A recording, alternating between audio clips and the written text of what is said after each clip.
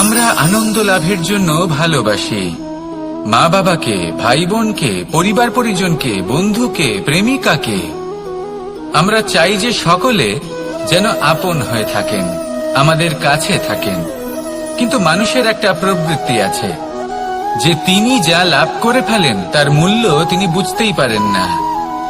যদি আপনার বাড়ির কাছে একটা মিষ্টি জলের সরোবর থাকে বা সুন্দর নদী থাকে, তাহলে জলের গুরুত্বটা কি আপনি তা বুঝতেই পারবেন না। সেইখানে আপনি যদি কোনো একটা মরুভূমিতে যান, আপনি অনুভব করতে পারবেন যে এক একটা ফোঁটা জলের কি গুরুত্ব, তার মূল্য কি। সুখের মুহূর্তে যদি আপনজনদের মনে রাখেন, তবে দুঃখের মুহূর্ত নিজে থেকেই দূরে সরে যাবে। ভালোবাসা এবং তার সাথে স্মরণ করা, এটাই তো হলো জীবনের এবং ভালোবাসার আসল মূল্য। আসুন আর আমার সাথে ভালোবেসে বলুন, রাধা রাধা। আমাদের হাতটা দেখুন, এই হাতে 5টা আঙুল আছে যা ভিন্ন ভিন্ন ধরনের, একরকম কেন নয়?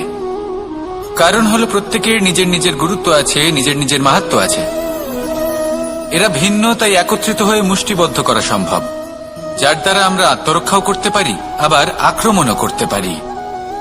যদি 5টি আঙুল সমান হতো তাহলে মুষ্টিবদ্ধ হতে পারত না, নিজেদের মধ্যে বিভ্রান্তির সৃষ্টি করত। এবার এরকমই কিছু আমাদের সংসারেও হয়।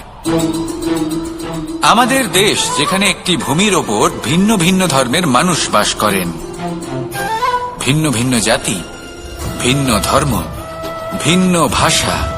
কিন্তু যদি আমরা এটা ভাবি যে কিভাবে এই দেশকে কল্যাণের পথে নিয়ে যাওয়া যায়, কিভাবে এর বিকাশ করা সম্ভব, তাহলে আমাদের একত্রিত হওয়া শিখতে হবে। যেইভাবে 5টা আঙুল একত্রিত হয়, মুষ্টিবদ্ধ হয়, সেইভাবেই আপনার যে ভাষাই হোক, যে ধর্মই হোক, যে জাতি হোক না কেন, ঠিক আছে, আবশ্যক হলো